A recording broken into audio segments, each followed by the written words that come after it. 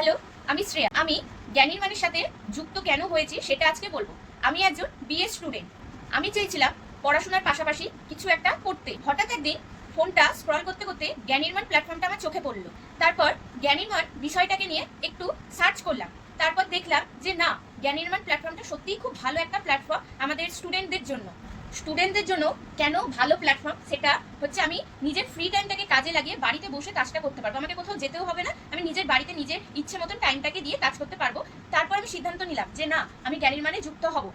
আজ জ্ঞানীর মান প্ল্যাটফর্মে যুক্ত হয়েছিলাম বলেই আমি আমার নিজের সব স্বপ্ন পূরণ করতে পারছি, নিজের হাত খরচাও চালাতে পারছি। এই যে তোমাদের সামনে যে ফোনটাকে সামনে কথা বলছি, সেই ফোনটাই হচ্ছে আমার একমাত্রই ফোন। আমার এক্সট্রা কোনো ফোনও নাই, ল্যাপটপও নাই।